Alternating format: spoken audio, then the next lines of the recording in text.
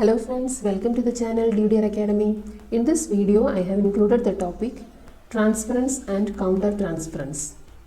So I will be discussing here what is transference and what is positive and negative transference and the countertransference. And this video will be useful for all who are preparing for the competitive examinations and also helps to update your knowledge. So please subscribe the channel and also you can give your comments in the comment box.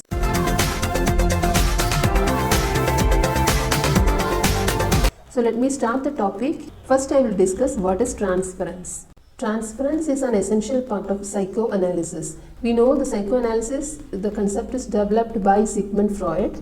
So transference is a phenomenon that is originally identified by Sigmund Freud. It means subconsciously associating a person in the present with a past relationship.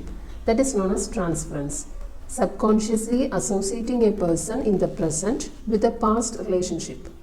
Or it occurs when the client unconsciously transfers to the nurse the feelings formed towards a person from his or her past. So what here the client is unconsciously, he is transferring his feelings towards the nurse. Okay, the client is unconsciously transferring the feelings towards the nurse, and these feelings may be formed towards a person in her past, which we had seen in her past or with a past relationship. So that is known as the transference. So here I will explain with an example, that is the patient views nurse as being similar to an important person in his or her life. That is an example. That is, the patient is telling to the nurse that you remind me of my mother or brother, sister, father, whoever else. That if the patient is telling or he is viewing the nurse as an important person in his or her life, that is an example of transference. Next is the positive and negative transference.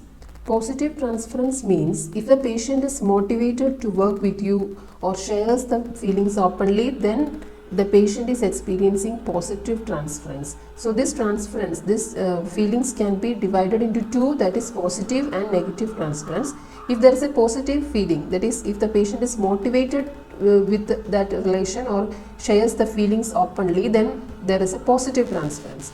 Negative transference means here the patient will be having feelings of anger, distrust or fear, and that impedes the client's participation in the intervention. That is negative transference. So it is characterized by the feelings of anger, distrust and fear that impede the client's participation in the intervention. So that is negative transference. Next is countertransference. What is countertransference?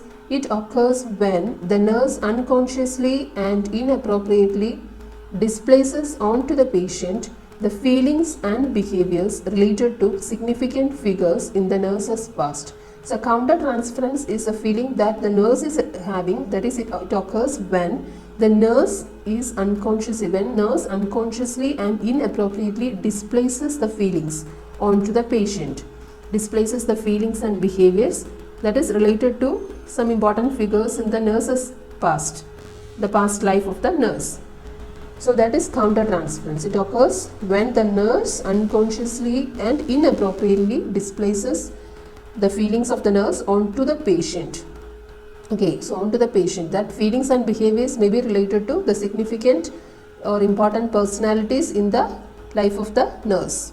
And one common sign is over-identification with the patient. So the countertransference, one of the common sign is over-identification with the patient. If the nurse feels either a strongly positive or a strongly negative reaction to patient, the feelings most often signals countertransference. So this countertransference can also be positive or negative, that is strongly positive feeling or strongly negative feeling can be there from the part of the nurse to the patient.